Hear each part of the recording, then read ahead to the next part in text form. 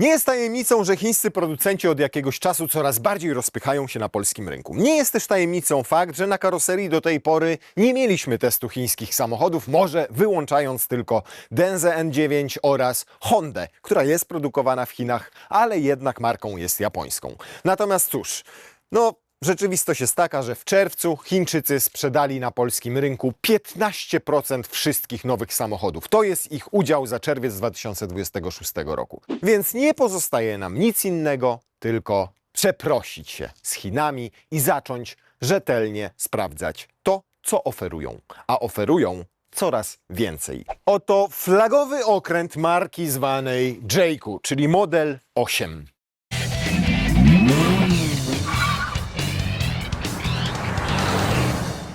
Zapraszamy Was na findcar.pl, platformę, na której znajdziecie sprawdzone auta nowe i używane wyłącznie od autoryzowanych dealerów.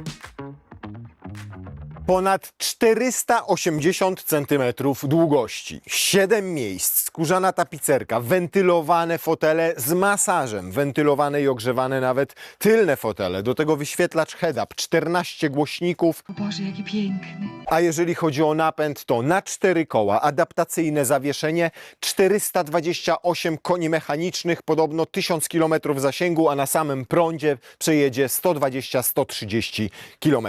A to wszystko za, uwaga, 225 000 złotych za wielkiego, kompletnie wyposażonego, mocnego, szybkiego, oszczędnego SUV-a, którego samo Jayco nazywa nowym wymiarem luksusu. Tyle nie mam przy sobie. A jeżeli wejdziecie sobie na findcar.pl, to zgarniecie to auto też z tym kompletnym wyposażeniem. Też z takim mocnym silnikiem, też z napędem na 4 koła, dokładnie tak wyglądające za 210 000 złotych, bo de facto takie są ceny transakcyjne. Więc wpadajcie sobie na naszą platformę findcar.pl, patrzcie nie tylko na oferty Jayco, ale wszystkich aut, jakie tam mamy, bo to są samochody tylko od dealerów, nowe, używane, ponad 30 000 aut w tym momencie i większość z nich, absolutnie w zasadzie 99,9% stoją na stokach i są dostępne od ręki. Inne wymiary? Rozstaw osi ponad 2,80 m, wysokość 171 cm, szerokość 193 cm. I po co to wszystko mówię? Po to, żebyśmy mieli punkt odniesienia, bo takimi naturalnymi konkurentami dla tego auta, biorąc też pod uwagę wersję 7-osobową, są takie samochody jak Kia Sorento, Hyundai Santa Fe, ale możemy też mówić o Volkswagenie Touaregu i możemy też mówić o Lexusie RX, jeżeli spojrzymy sobie tylko na wymiary zewnętrzne. Koncern Chery, do którego należą marki Jayco i Omoda, mówi wprost: te dwie marki zostały stworzone z myślą o rynku europejskim. One nie są sprzedawane w Chinach, ale to nie znaczy, że produkt jest europejski, bo on został zaprojektowany i w 100% powstał w Chinach. To jest nic innego jak Chery 9, Tiggo 9, które jest obecne na chińskim rynku. A wiecie, co oznacza ta nazwa? Jayco to jest podobno pochodna od dwóch słów. Pierwsze to jest Jäger, czyli z niemieckiego myśliwy, a drugie cool, jak wszyscy wiemy, cool to jest zimny z języka angielskiego, więc jest to zimny myśliwy. Przejdźmy sobie do stylistyki zimnego myśliwego. Zimny myśliwy ma wielki grill tutaj z przodu, który może trochę przypominać nam Mercedesa. Generalnie te linie są gładkie, te linie są dosyć proste, dosyć minimalistyczne, płaskie powierzchnie, wysuwane klamki. Co ciekawe, one nie są elektryczne, tylko trzeba ją pociągnąć mechanicznie, żeby drzwi nam się otworzyły. Ten paseczek tutaj przypomina mi trochę to, co stosuje Mazda w swoich modelach, na przykład CX-60, CX-80. Mamy NFC napisane na lusterku, co oznacza, że możemy otworzyć auto telefonem, ale telefon musimy wyjąć z kieszeni i przybliżyć do lusterka. Mamy bardzo duży zwis tylny tutaj, bo rozstaw osi względem całego nadwozia jest stosunkowo niewielki. Natomiast z tyłu też minimalistycznie, pasek LED, Jayco zatopione gdzieś tam w szkle. Dwie końcówki, które mają imitować wydechy, ale wydechami absolutnie nie są, bo to mamy tam pod spodem. Fajny spoiler, który ładnie tutaj ma poprowadzone korytarze powietrzne, trzecie światło stopu. Wygląda to wszystko estetycznie, trzeba głośno i uczciwie sobie to powiedzieć. Wchodzi człowiek do salonu, widzi to auto jeszcze w tym kolorze i mówi wow, wow, a potem czyta dane techniczne i ten efekt wow jest jeszcze większy, ponieważ mamy tutaj 4 silniki. jeden spalinowy i 3 elektryczne. Ten silnik spalinowy ma 1,5 pojemności i zaledwie 143 konie mechaniczne i 215 Nm. Jest konstrukcją, która została poniekąd zapożyczona z Mitsubishi. Tylko przez długi czas Chińczycy, nadal zresztą takie budżetowe modele w koncernie Chery, które powstają na bazie wolno ssącego silnika 1.5 Mitsubishi, a w zasadzie takiego joint venture Mitsubishi z chińską firmą, które w Chinach produkuje motory na potrzeby najbardziej budżetowych modeli. Ale tutaj jest już przekonstruowany ten silnik. Co zrobili Chińczycy z Chery? Zainspirowali się tym silnikiem Mitsubishi, ale poprosili inną austriacką firmę, żeby pomogła im opracować ich własny silnik. Więc blok jest bliźniaczy do tego z Mitsubishi, ale osprzęt jest kompletnie inny. Zrobiono to po to, żeby nie być posądzonym o plagiat, a po drugie, żeby nie płacić Mitsubishi za licencję. Niemniej powstał motor, który już nawet w Chinach słynie z niezawodności i z tego, że jest dosyć pancerny. Ale ten silniczek tutaj przez większość czasu, nawet jak jeździmy w trybie hybrydowym, pełni tylko rolę generatora. Potem będę to wszystko podczas jazdy wyjaśniał, bo to dosyć skomplikowane ustrojstwo. Oprócz niego mamy jeszcze dwa silniki elektryczne z przodu. Jeden ma 102 konie i pełni głównie rolę generatora i rozrusznika, czasami wspomaga napęd. Drugi silnik elektryczny 122 konie już wyłącznie napędza przednie koła, a z tyłu mamy jeszcze dodatkowy silnik tylko elektryczny, nie mamy żadnego wału, tam mamy 238 koni mechanicznych. Jak sobie zsumujemy moc samych silników elektrycznych, to nam wychodzi, że to auto ma 482 konie mechaniczne. Jak zsumujemy sobie moc wszystkich silników łącznie ze spalinowym, to wychodzi, że mamy 605 koni mechanicznych. A wiecie, ile naprawdę mamy koni? Tego nikt nie wie, ponieważ to samo rozwiązanie jest w Omodzie 9 i tam ma rzekomo samochód 538 koni mechanicznych, a tutaj ma już 428, więc urealniono w przypadku Jayku 8 tę liczbę i ona powinna być bliższa prawdy. To wszystko, co mamy tutaj z przodu, czyli silnik spalinowy, dwa silniki elektryczne, zarządzane jest przez skrzynię 3 DHT zintegrowaną z tymi dwoma silnikami elektrycznymi, czyli to wszystko jest razem w jednej obudowie. DHT oznacza Dedicated Hybrid Transmission, która ma 3 biegi i została stworzona specjalnie z myślą o hybrydach i to, jak ona działa, też opowiemy sobie o tym później, bo specyfika jej działania jest zupełnie inna niż wszystkiego, co do tej pory znamy ze świata hybrydowego, czyli z Toyot opartych na skrzyni ECVT, czy z innych konstrukcji, choćby Kia i Hyundai'a, gdzie pracuje klasyczny automat. 428 koni i 580 Nm. Moc tak zwana systemowa. Ale oczywiście mamy tutaj jeszcze akumulator. I ten akumulator umieszczony gdzieś tam w podłodze ma całkiem sporą pojemność, po prawie 35 kWh.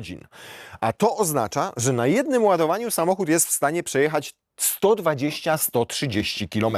Co więcej, to ładowanie może być bardzo szybkie, bo od 30 do 80% potrwa zaledwie 25 minut, a to dzięki temu, że mamy maksymalną moc ładowania na poziomie 70 kW, oczywiście prądem stałym, czyli przy ładowarce CCS. Ale ładowanie w domowych warunkach niestety będzie sporo dłuższe niż w innych pluginach, ponieważ maksymalna moc ładowarki pokładowej to tylko 6,6 kW.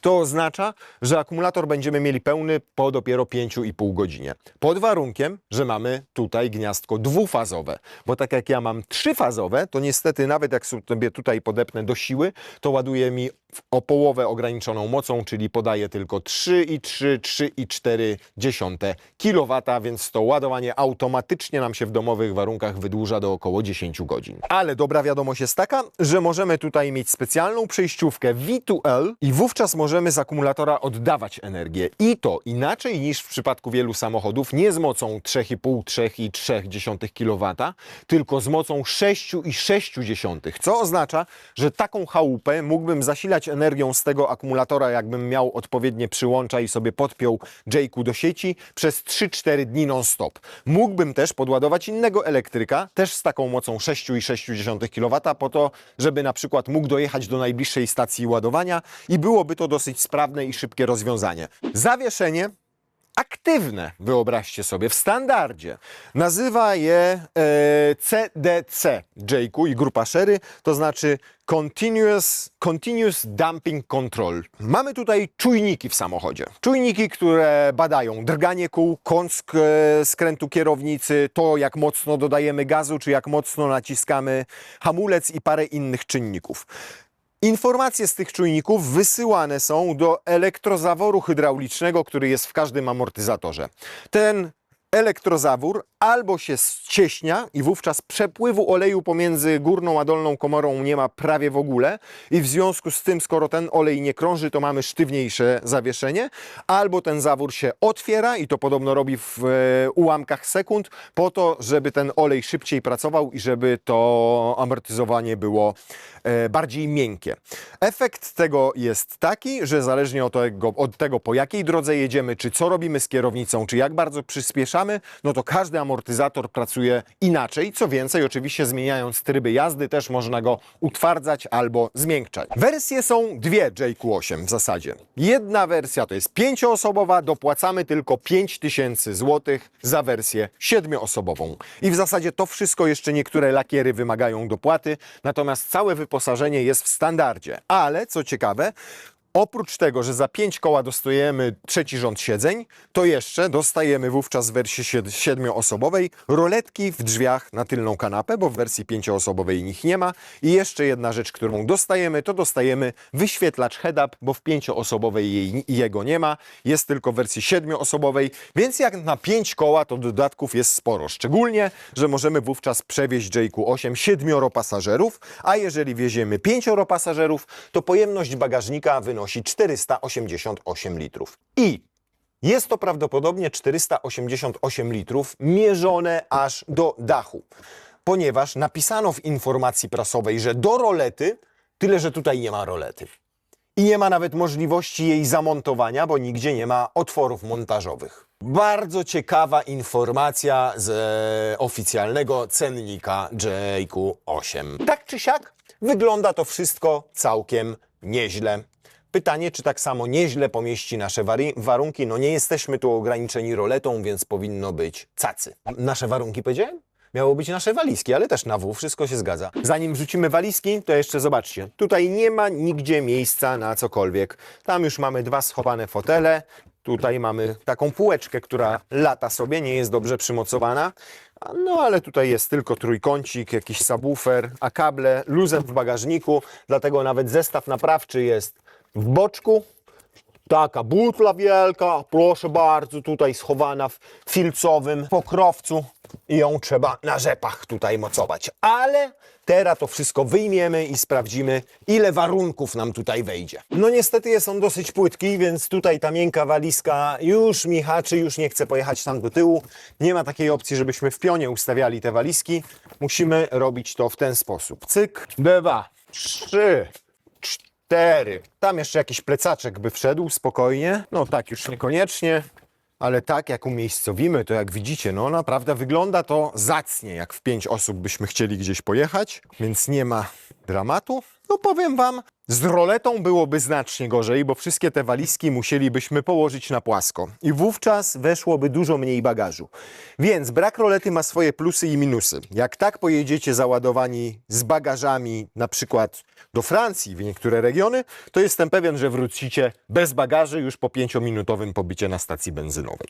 Ale jak jedziecie gdzieś w Polsce, na przykład nad polskie morze, to już możecie faktycznie załadować wszystko to, czego potrzebujecie latem nad polskim morzem, czyli zestaw ciuchów letnich, zestaw ciuchów zimowych i zestaw ciuchów przejściowych. Sytuacja diametralnie się zmienia, kiedy chcecie pojechać z kompletem pasażerów, czyli wy 7. Jedziecie w 7, tutaj macie rozłożone i wówczas jest tutaj tylko 188 litrów i to licząc do dachu, bo tak to sobie policzyli, tu już mówią wprost. Pod warunkiem, że pasażerowie w 3. rzędzie siedzą w pionowo, bo jak chcą się pochylić, to już tej przestrzeni tutaj nie zostaje prawie w ogóle. No ale załóżmy, że będą to dzieciaki i nie będą narzekały, przepraszam, to jest to, więc mamy w ten sposób postawione. No i myślę, że tutaj 3 kabinówki to jest maks, bo to już nam się pewnie nie zamknie, a jeżeli nam się zamknie, to będzie nam, o właśnie, ocierało tutaj o szybę, a jak będzie nam ocierało o szybę, to bardzo łatwo będzie przetrzeć te przewody do ogrzewania tylnej szyby, bo one nie są zatopione w szkle, tylko one są nanoszone specjalną metodą, potem wypalane, napylane i wypalane dokładnie. I one jak się przetrą, to niestety któraś część szyby nie będzie ogrzewała. Więc tak naprawdę raz, dwa, 2,5 kabinówki w takich warunkach maksymalnie przy 7 pasażerach. Więc tutaj już tym tak bardzo Jake'u nie imponuje. Ale zobaczmy, może tam chociaż jest dużo przestrzeni. Żeby wsiąść na ten trzeci rząd siedzeń, muszę pociągnąć za tą wajchę. I to uwaga, mogę to zrobić tylko od strony pasażera, ponieważ tutaj od strony kierowcy takiej wajchy nie przewidziano, więc tylko ta część się składa. Co więcej, trudno powiedzieć, żeby ona się składała, bo jak zrobię tak, to fotel się przesuwa trochę do przodu, ale to już jest absolutnie cały otwór, jaki mam do dyspozycji, żeby zająć miejsce tam w trzecim rzędzie. On jest tak wąski, że powiem wam, węższego, zobaczcie, ja się tu nawet ramionami nie mieszczę, gdzie on już maksymalnie to odsunąłem. Ja pierdzie, jakbym do pralki wsiadał normalnie. Nie no, tak tu nie wejdę, kurna. Jezus Maria. To muszę se tu odsunąć. O kuźwa. O ja pitole. Tragedia.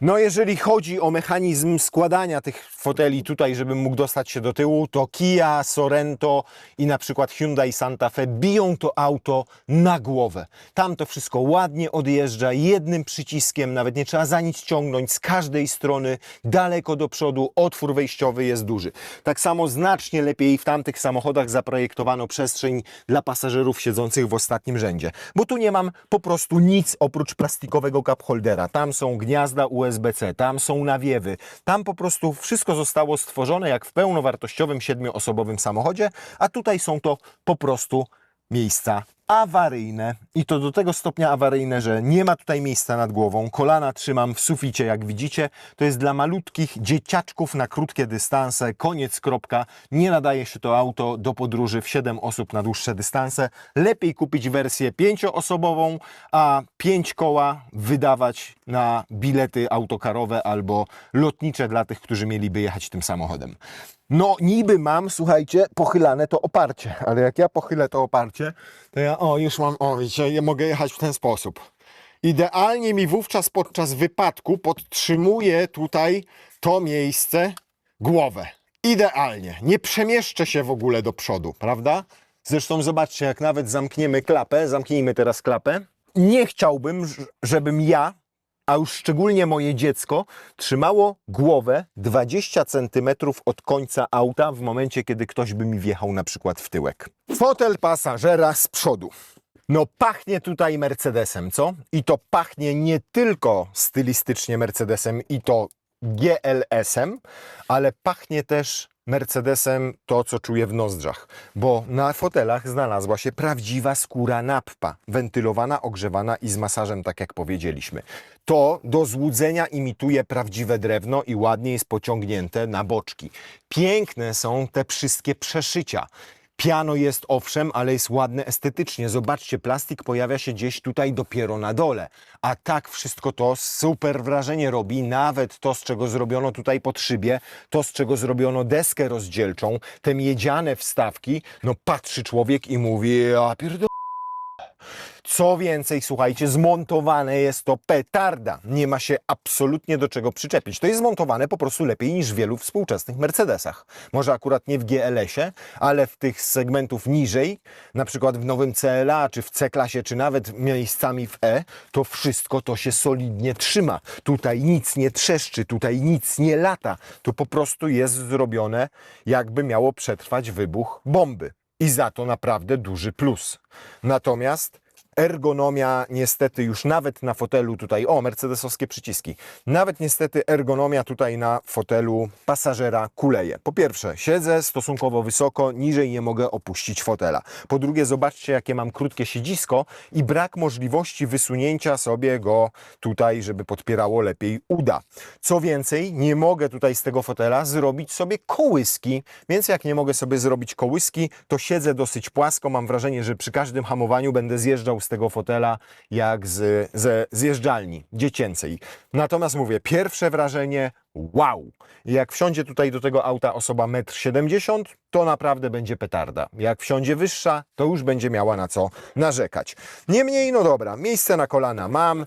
Tutaj jest przestronnie, na ilość miejsca nie ma co narzekać. Nawet jak szeroko rozstawię kolana, to one tutaj tego szerokiego tunelu środkowego nie dotykają. Tutaj pod tym tunelem jest fajna półeczka. Ona już nie jest zrobiona z dobrego materiału, bo to taka zwykła guma, no ale można tam wrzucić jakieś graty.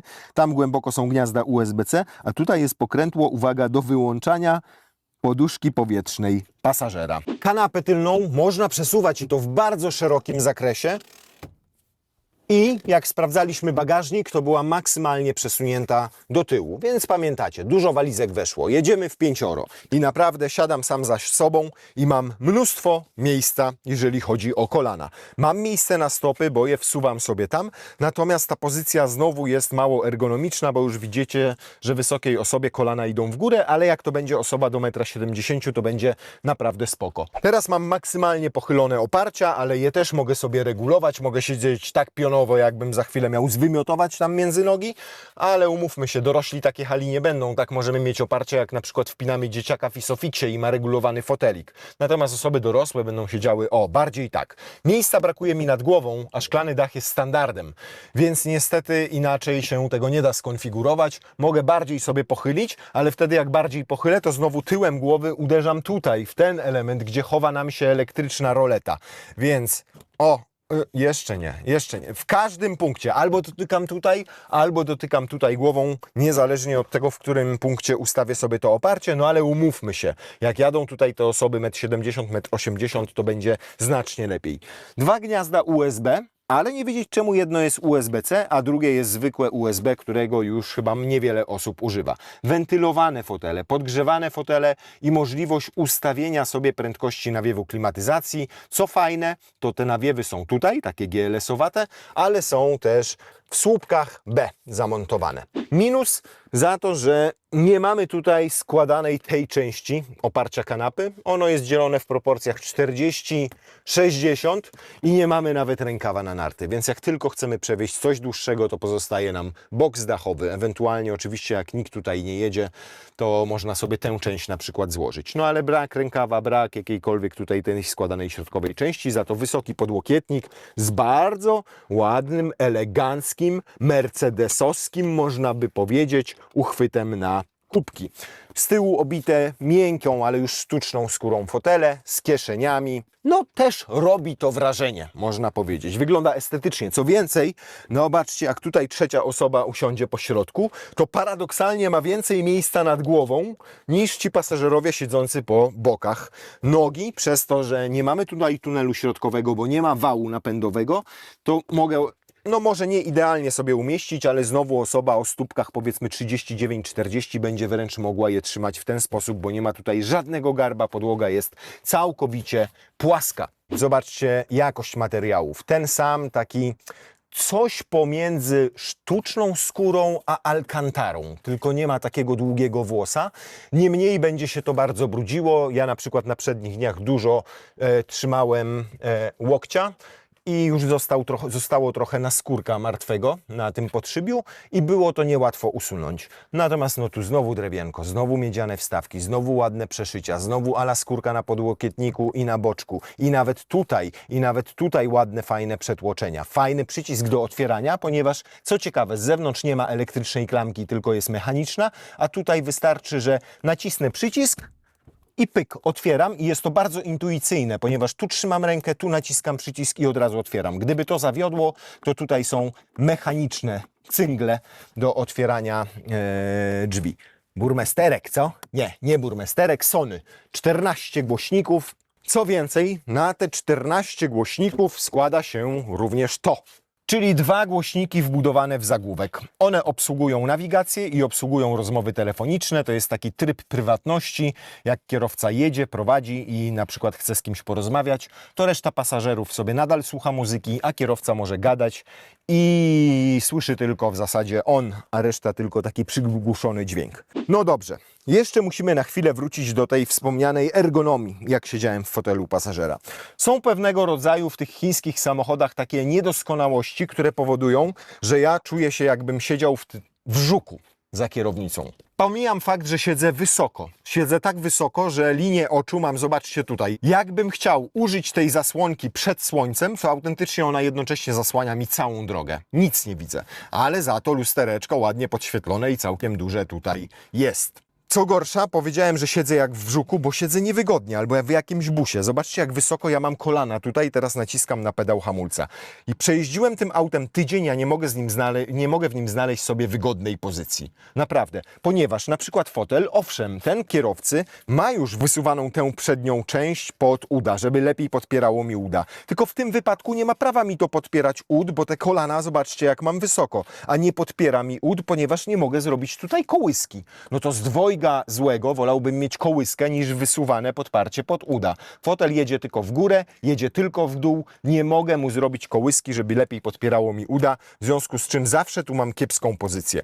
Jak się mało miejsca nad głową, chociaż jeszcze parę centymetrów go zostało. Jak przysunę się bliżej i pochylę sobie oparcie, no nie, tak nie mogę zrobić, no. Muszę zrobić tak, że żeby mi podpierało lepiej uda, żebym miał wygodniejszą pozycję, bo tak to cierpną mi po prostu nogi podczas jazdy, no to muszę zrobić tak. Teraz jest lepiej.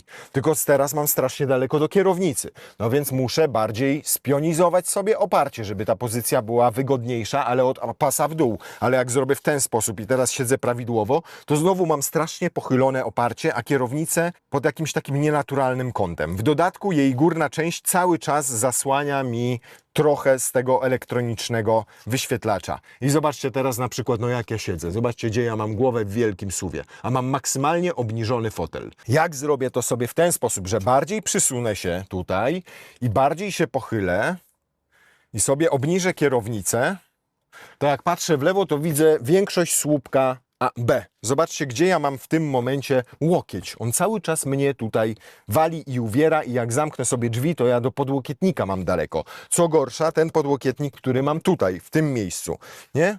No to ja sobie trzymam rękę na kierownicy, chcę oprzeć łokieć i idealnie walę akurat w to łączenie drewna z tym ładnym srebrnym wykończeniem i tutaj z tą skórą, czyli tam, gdzie łokieć boli mnie najbardziej, bo nie mogę sobie wyregulować podłokietnika. Jeżeli chodzi, zobaczcie, jak blisko jest tutaj do lusterka tego wstecznego. I zobaczcie, jak daleko mam do ekranu, żeby cokolwiek obsłużyć. Jak mam oparte plecy, to nie dostaję moją szympansią długą ręką do ekranu.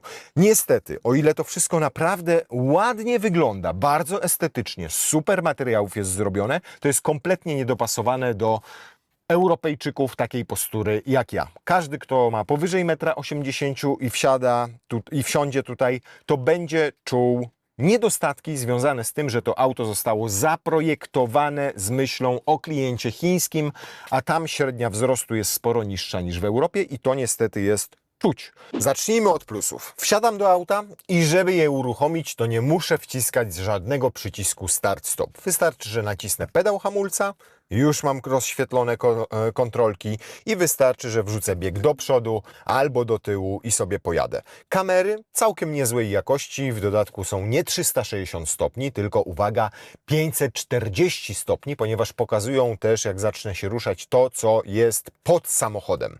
Ale chcę wysiąść na chwilę po prostu z samochodu albo zostawiam go w garażu. To wyobraźcie sobie, że nie mam tego przycisku start-stop i jak wysiądę, to wszystko w tym aucie nadal się świeci. I od tak będzie stał całą dobę nawet. On się po prostu nie wyłączy, bo nie mam przycisku start-stop. Wyłączy się dopiero jak z kluczykiem w kieszeni odejdę dalej, to sam się zaregluje i sobie wszystko wyłączy. Ale jak na przykład chcę w garażu zostawić auto i chcę, żeby kluczyk został w środku, bo czuję się bezpiecznie, to cały czas będzie się świecił. Żeby go wyłączyć, to ja muszę w ekranie nacisnąć wyłącz pojazd i jeszcze to potwierdzić. No jakby nie można było zrobić normalnego przycisku start-stop. I tak samo jakby nie można było zrobić normalnych przycisków do włączenia ogrzewania foteli. Wyobraźcie sobie, że jadę, mam włączony Apple CarPlay. Jak mam włączony Apple CarPlay, no to wyświetla mi na całym ekranie. Nie mam tutaj żadnego paska, gdzie mógłbym szybko wejść do menu na przykład klimatyzacji. Więc żeby włączyć sobie ogrzewanie albo wentylację fotela, to muszę przesunąć tutaj w górę, wejść w klimatyzację Nie zawsze się to dobrze klika. Potem jak już wszedłem w klimatyzację, to jeszcze muszę zaznaczyć fotele i dopiero tutaj włączyć albo wentylację, albo podgrzewanie fotela. I tak za każdym razem. I nie widzę teraz mapy. Więc jak jadę, to już jestem zirytowany, czy czasem nie miałem gdzieś zjechać. Więc muszę to ściągnąć w dół i dopiero wyświetla mi się mapa. Asystent głosowy? Proszę mówić. Włącz ogrzewanie fotela kierowcy. Dobrze. No, chociaż tyle, że ma asystenta głosowego, który rozpoznaje mowę. Włącz wentylowanie fotela pasażera. Dobrze. Zobaczmy, czy to zrobiła, szanowna pani.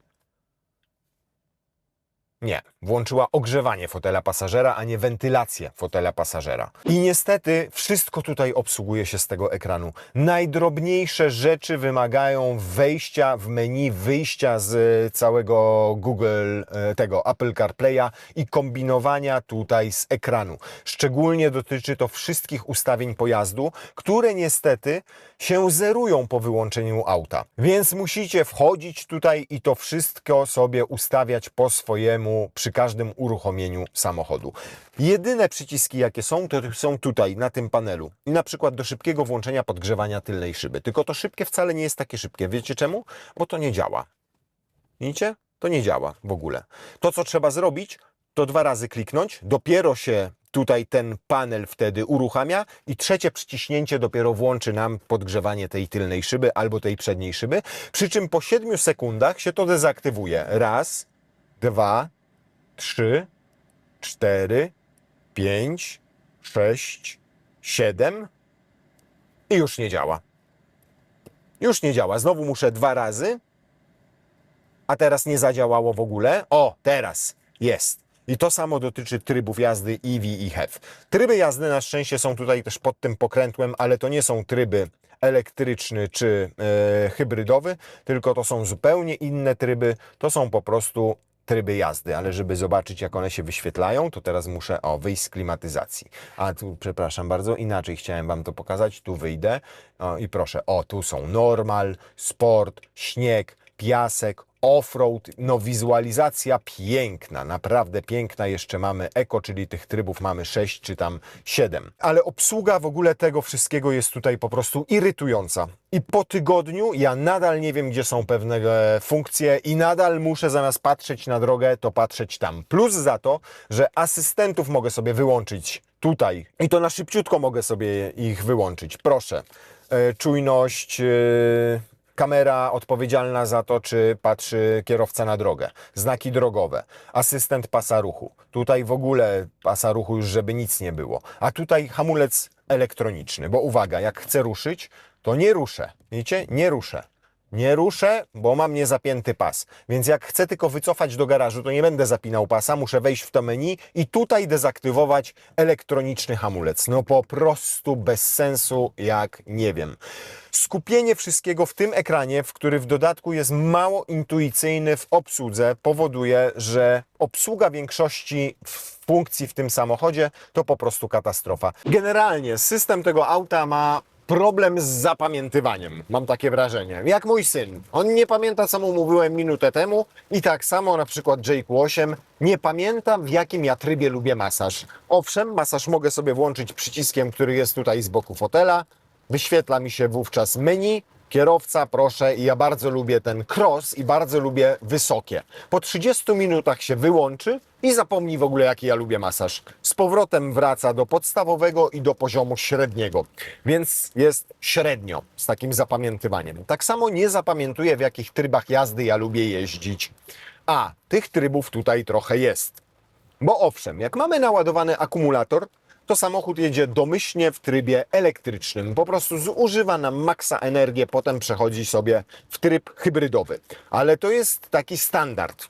Ale jest tutaj też wiele ponadstandardowych rozwiązań. Bo mamy coś, co nazywa się trybem oszczędzania energii. I jak to czytacie, to nie wiecie w ogóle, o co chodzi. Piszą wprost, że do codziennego użytkowania należy wybrać tryb inteligentnego oszczędzania energii, ale za każdym razem, jak odpalacie samochód, to jest tryb początkowy. I ten tryb początkowy powoduje, że właśnie jeździcie głównie na elektryce. Silnik spalinowy niewiele ma tutaj do powiedzenia. Tryb inteligentny, jak włączycie, to czytacie. Optymalnie wybiera najlepszy czas ładowania pojazdu, by osiągnąć równowagę między oszczędnością a mocą. Tryb ten jest najlepszy do codziennego użytku. Podkreślają, że to jest najlepszy tryb, ale jak codziennie włączacie auto, to auto jest w trybie początkowym. Super, nie? Za chwilę przejdziemy do tych kolejnych trybów i wytłumaczę Wam, na czym polegają, a póki co zobaczmy, jak tutaj zachowuje się zawieszenie. Bo powiem Wam tak, ono jest komfortowe. Naprawdę jest nieprawdopodobnie komfortowe to zawieszenie. Także tutaj jak się jedzie po tej drodze, to absolutnie nie czuć ma się wrażenie, że pneumatyka w najbardziej komfortowym ustawieniu. Mówię całkiem serio. Ale niestety rodzi to w przypadku tego auta też mnóstwo problemów. Te problemy polegają na tym, że buja nim niemiłosiernie. Buja nim po prostu jak kutrem.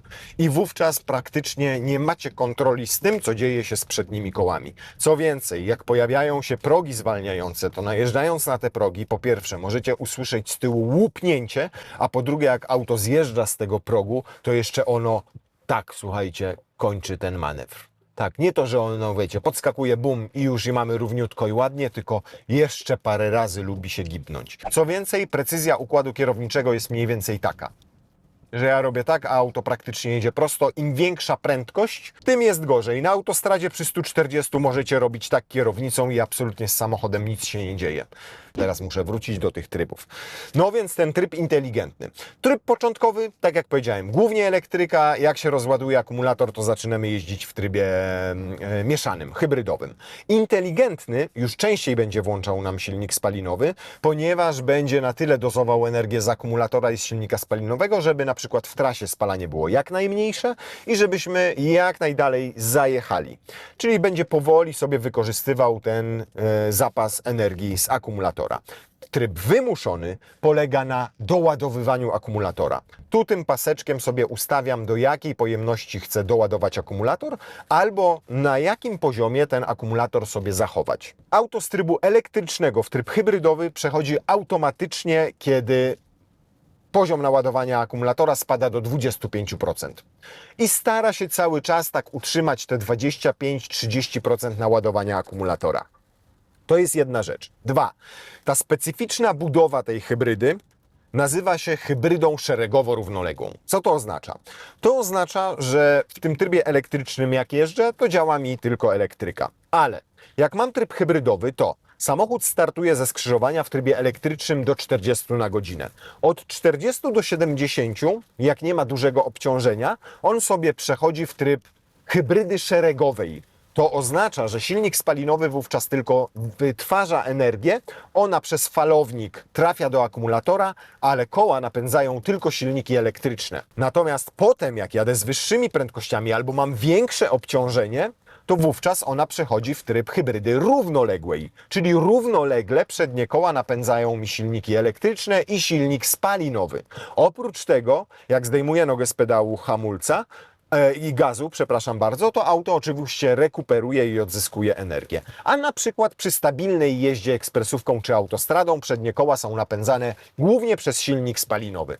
Wszystko to jest w cholerę skomplikowane, a zarządza tym ta skrzynia 3DHT, czyli Free Speed Dedicated Hybrid Transmission. I to ona decyduje, który z silników kiedy się załącza, ale oprócz tego zmienia biegi. I zapytacie, jak to zmienia biegi? A no tak, na przykład startujecie, robicie, wiecie, brutalne wciśnięcie pedału gazu, to wtedy jak mamy duże obciążenie i niską prędkość, jedziemy na pierwszym biegu. I silnik spalinowy pracuje na pierwszym biegu. Ale jedziemy stabilnie już albo delikatnie przyspieszamy w takim średnim zakresie prędkości, czyli jazda podmiejska, no to wówczas mamy, tak jak powiedzieliśmy, ten układ hybrydy szeregowej i wówczas silnik pracuje na drugim biegu. A jak jedziemy sobie autostradą, czyli przy wyższych prędkościach i spalinowy silnik nam pracuje, to jedziemy wtedy na trzecim biegu. Wszystko to jest mega skomplikowane, nowatorskie, trzeba to uczciwie powiedzieć i jeszcze jedną rzecz trzeba uczciwie powiedzieć, działa to naprawdę płynnie i dobrze. Ale występują też pewne niedoskonałości. Mamy przecież te silniki elektryczne, które wytwarzają dużą moc i duży moment obrotowy. W trybie elektrycznym czekamy sekundę na przypływ mocy. Dosłownie sekundę. Trochę lepiej jest w trybie hybrydowym, kiedy silnik spalinowy pracuje. Ale zdarza się, że zwalniacie, przyhamowujecie, kładziecie nogę na pedale gazu, tak jak teraz, a auto dopiero po 1,5–2 sekundach odjeżdża. Zobaczcie. Hamuje, noga na gaz, nic się nie dzieje, dopiero zaczął jechać. Więc mimo, że ma silniki elektryczne, gdzie przecież wystarczy tak, im mamy od razu pełen moc i moment, to tutaj następuje pewnego rodzaju zwłoka. Nie ma żadnego szarpnięcia, ale o. I dopiero po chwili mamy tutaj ten moc i moment obrotowy. I niestety jest to wyczuwalne w obu trybach. Teraz jestem w hybrydowym i dokładnie jest tak samo. I teraz z ciekawości. Sporo nauczyłem się tego samochodu, bo przejechałem nim ponad 1000 km w ostatnich dniach. I między innymi 2 czy 3 dni temu wracałem z Lublina. Wracając z Lublina, mając 140–150 km do domu, mówię, a naładuję sobie akumulator podczas tej jazdy. I naładował się bardzo sprawnie, bo naładował się z 30% do około 65% na tym dystansie, ale średnie zużycie paliwa przy jeździe 120–130 wynosiło, uwaga, 13 litrów. Więc jest to kosztowny eksperyment niestety, chociaż chwalą się, że silnik spalinowy, który tutaj pracuje, ma sprawność cieplną na poziomie 45%, co oznaczałoby, że jest jedną z najlepszych pod tym względem jednostek na całym świecie, bo zazwyczaj sprawność silników spalinowych, nawet tych pracujących w cyklu Millera, tak jak tutaj, to jest w granicach 40%, ale 44,5%, wow! Zużycie w trybie inteligentnym jest znacznie mniejsze. Kiedy jadę w trasę, mam pełen akumulator i sobie ustawię ten tryb inteligentny, to ona potrafi spalać w trasie, mówię, tak 120–140 taki zakres prędkości, no to w okolicach powiedzmy 7,5–8 litrów i to jest już naprawdę nieźle, przy czym pobiera trochę energii z akumulatora. Jak już mi się rozładuje ten akumulator całkowicie i mam te 25% i cały czas układ dba o to, żeby on pozostawał naładowany na takim poziomie, ale napędza mnie jednak głównie silnik elektryczny, bez względu na to, czy od razu napędza koła, czy produkuje energię i oddaje ją do akumulatorów, a te do silnika elektrycznego, no to wtedy zużycie paliwa to jest takie 9 litrów. I to są moje doświadczenia z prawie tygodnia spędzonego z tym samochodem, kiedy jeździłem dużo i w trasie, i po mieście, i w różnych innych okolicznościach. Za to bardzo mocne silniki elektryczne sprawiają, że naprawdę świetnie przyspiesza. Świetnie i czuć jest to w zasadzie w każdym zakresie prędkości, bez względu na to, czy jeździcie po mieście, bocznymi drogami, czy autostradą, czy ekspresówką. Ale będą piękne ujęcia dzisiaj. Ja pierdzielę. Co więcej, jeżeli chodzi o to zużycie paliwa, to uwaga, żaden komputer pokładowy Wam tego tutaj nie pokazuje. Ponieważ komputer pokładowy taki podstawowy, jaki ma to auto, to jest tutaj, tak wygląda. Tylko on tutaj bierze pod uwagę tylko ostatnich 50 km. I mało tego, on się nie wyzerował pod chałupą.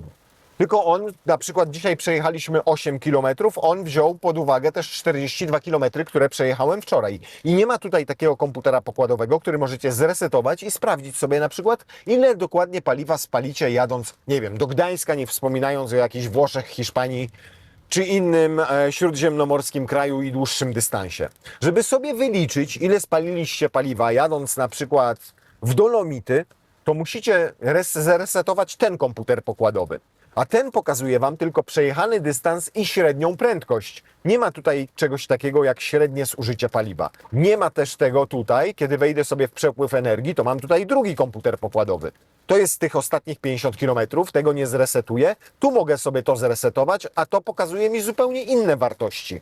Pojemność ładowania zewnętrznego, cokolwiek to znaczy, i całkowite zużycie paliwa. Nie średnie, tylko całkowite.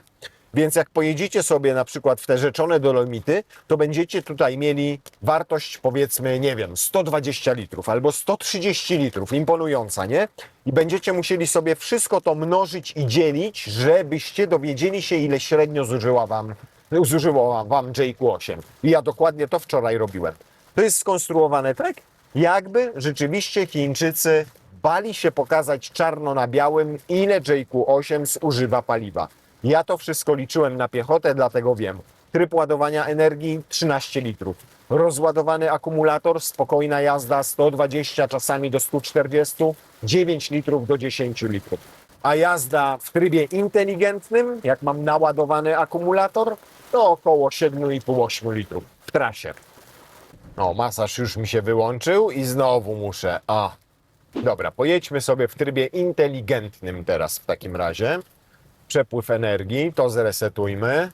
Myślę, że nie ma co tutaj mierzyć poziomu hałasu, bo w takich warunkach to sami widzicie, nie ma to najmniejszego celu.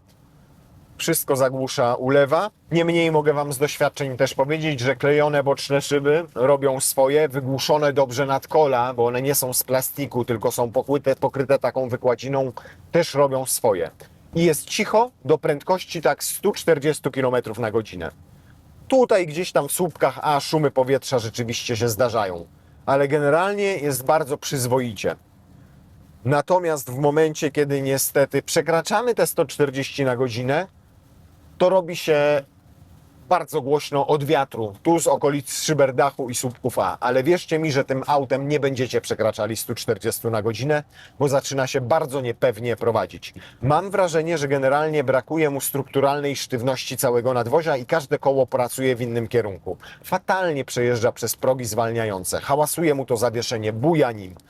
Jeżeli patrzymy pod kątem komfortu, to ok, ale każdy producent, czy to niemiecki, czy nawet francuski, czy to japoński, czy koreański, dąży do tak zwanego złotego środka. Czyli żeby dać komfort, ale jednocześnie, żeby auto pewnie się prowadziło. A ten samochód przez zawieszenie i przez układ kierowniczy nie prowadzi się ani trochę pewnie. Mam czasami wrażenie, że każde koło żyje tutaj własnym życiem. Zobaczcie. 120 na godzinę. I tutaj się po prostu nic nie dzieje, delikatnie tylko coś tam czuję. A jeszcze zrobię tak, o Jezu. Robię, słuchajcie, coś takiego, a on potem jeszcze 2-3 razy się potrafi bujnąć. Nie działa tutaj ani trochę ten aktywny amortyzator CDC. Żaden z 4. Teraz w trybie inteligentnym zużycia paliwa, nie wiem jakie jest średnie, 6 km przejechałem, 0,4 zużył na tym dystansie. No to jeżeli zużył 0,4 litra na 6 km, to musimy 100 podzielić przez 6. Ile to będzie? 100 dzielone na 6. 20, 18 jakoś, 17 i 17 razy 0,4 muszę zrobić. No to czyli tak jak Wam mówiłem, to będzie w okolicach 7,5-8 litrów. I tutaj mówimy o tym trybie inteligentnego zarządzania energią. 3, 2, 1, start. I takie opóźnienie. Jak on zapiernicza na samej elektryce. Mega jest sprawny na samej elektryce, jak auto elektryczne. Nie zmienia sobie przełożenia żadnego. 6,89, zobaczcie. Niespełna 7 sekund tylko na elektryce. I naprawdę bardzo jest to przyjemne uczucie. Niemniej na samym początku jest zwłoka. Czyli ja mu przytrzymuję, słuchajcie, pedał hamulca, ja go zwalniam, a on po sekundzie dopiero startuje. I to jest ta przerwa, o której Wam mówiłem. I to jest strasznie dziwne w tym elektrycznym napędzie tutaj. Zresztą w hybrydowym też występuje, że zawsze gdzieś tam w tym trybie normalnym czy w trybie eko występuje ta drobna przerwa w dostawie mocy. Szport. No to jak już jesteśmy w szporcie, to powinniśmy według producenta sprint zaliczyć w 5,8 sekundy. W 5,8 to już naprawdę jest szybki wóz wtedy. O Jezu, i to sekunda i nic się nie dzieje, nic. Teraz troszkę szybciej włączył silnik spalinowy, rzeczywiście czuć to było. Pytanie, czy było też szybciej, jeżeli chodzi o sam pomiar. No! 5,99. I zobaczcie, średnica zawracania jak na taką lochę naprawdę galancie. No to ostatni pomiar. Chyba jeszcze szybciej było. Zobaczcie, zrobiliśmy czas, jaki podaje producent. 5,82. I naprawdę czuć, że to auto sprawnie się rozpędza. Powiem Wam tak, jeżeli chodzi o układ hybrydowy, jestem bardzo pozytywnie zaskoczony. Bardzo. Jeżeli chodzi o płynność jego działania, jeżeli chodzi o dynamikę tego wszystkiego, to, że silnik spalinowy tutaj nie sprawia wrażenia, jakby te 1,5 i tych skromnych 143 konie chciały wyskoczyć nagle spod maski. Pod warunkiem, zaznaczam, że to ładujecie. Bo jak to przestajecie ładować i jeździcie w trybie hybrydowym, a nie daj Boże do ładowania baterii, to opierdziela paliwo jak V8. Natomiast płynność działania, spokój działania tego układu, to jak ta skrzynia 3DHT przełącza sobie pomiędzy silnikami spalinowymi, elektrycznymi, tu hybryda równoległa, tutaj nagle szeregowa, tutaj odzysk energii, robi to auto naprawdę zaskakująco płynnie i dobrze i przez tych kilka dni ten samochód nie zaskoczył mnie niczym niepokojącym. Czyli nie było tak, że nagle przyspieszając poczułem spadek mocy albo któryś silnik się wyłączył, gdzie była jakaś krytyczna sytuacja, że wyprzedzałem kogoś, miałem rozładowany akumulator, a nagle ubyło koni. Nie, nic takiego nie zrobił. Więc jeżeli chodzi o układ hybrydowy, to jest to rozwiązanie nietypowe, wymagające niestety tutaj gmerania, czasami zmieniania, mało intuicyjne jest to wszystko, ale jak już się człowiek nauczy, to sprawia to naprawdę bardzo dobre wrażenie. Ale dwie rzeczy w tym aucie budzą moje bardzo poważne zastrzeżenia, a w zasadzie trzy. Pierwsza rzecz to jest to zawieszenie, które owszem jest komfortowe, ale jest wręcz w niektórych sytuacjach po prostu niebezpieczne. Wyobrażam sobie sytuację, że wypada Wam jakiś zwierz na drogę i jest eine kleine Problem. Bo to auto w takich sytuacjach zachowuje się dramatycznie. Mogę Wam zdradzić, że nagraliśmy już z nim odcinek na TVN Turbo, naszego programu Moto Combat z Kicksterem i pojawił się problem pod tytułem Test łosia z tym samochodem. Zachęcam Was, obejrzyjcie sobie. Jeszcze jedna rzecz działa dramatycznie. Ta rzecz to jest aktywny tempomat, ponieważ niby jest tutaj asystent pasa ruchu, ale ten asystent pasa ruchu po prostu nie działa. Ten samochód cały czas, mam wrażenie, próbuje zepchnąć mnie na pas zieleni albo co innego gdzieś zrobić, wykombinować. Mam przed sobą łuk i zobaczcie, on zobaczcie, i to jest aktywny tempomat. On dopiero jak poczuł prawymi kołami pas awaryjny, to zaczął się trzymać środka. A tu jasno pokazuje, że on powinien się trzymać środka i tak jest napisane w całej specyfikacji technicznej. Działa ten aktywny tempomat dramatycznie. A druga rzecz, do której mam poważne zastrzeżenia jako facet mierzący ponad 1,90 m, to ergonomia. Ergonomia siedzenia, ergonomia tego, gdzie jak trzymam łokieć, co mi gdzie podpiera, jak siedzę za kierownicą, jaką pozycję mogę sobie w niej znaleźć. Za krótkie śledzisko, brak możliwości zrobienia kołyski. Co z tego, że mam masaże, skoro po prostu po przejechaniu 200 km tym autem i wiem to też z doświadczenia w ostatnich dniach, po prostu czuję się zmęczony. Tu mnie strzyka, tam mnie boli, tu coś kręgosłup. To jest auto zaprojektowane nawet dla kierowcy czy pasażera, nie wiem, do 1,75 m powiedzmy. I to wszystko tłumaczy. To zawieszenie, ta ergonomia, te pewne braki w tej ergonomii, braki przycisków fizycznych, dlaczego ten samochód jest tańszy. Aż w szczególności tłumaczą te systemy ADAS tutaj, a przede wszystkim kontrola stabilizacji toru jazdy i kontroli trakcji, bo to są systemy też pamiętające niestety lata 90., no dobra, może wczesne lata 2000. Tak działały te systemy jak w tym aucie, w autach japońskich, europejskich 15-20 lat temu. A tu poskąpiono po prostu na nowoczesnych sterownikach, czy to Boscha, czy to TRW, czy to Continentala, czy to Denso i Aicina. Więc tu jest ukryty ten haczyk. Owszem, nie mówię, że to auto nie jest warte 225 000 złotych, czy 210, jeżeli wejdziecie sobie na Findcar i je kupicie. Absolutnie. Tylko musicie zdawać sobie sprawę z jednego. Gdzie tkwią te oszczędności? Bo ich nie ma we wnętrzu, ich nie zobaczycie, dotykając materiały. Ich nie ma w wyposażeniu, ich nie ma w stylistyce tego auta, nie ma ich nawet w samym napędzie, który jest bardzo skuteczny. Ale Chińczycy się specjalizują w napędach zelektryfikowanych takich jak ten i robią je po prostu dobrze. Ale niestety takie rzeczy jak zawieszenia, takie rzeczy jak systemy kontroli trakcji, stabilizacji toru jazdy, ABS-y robią kiepsko. I dlatego to wszystko jest tańsze.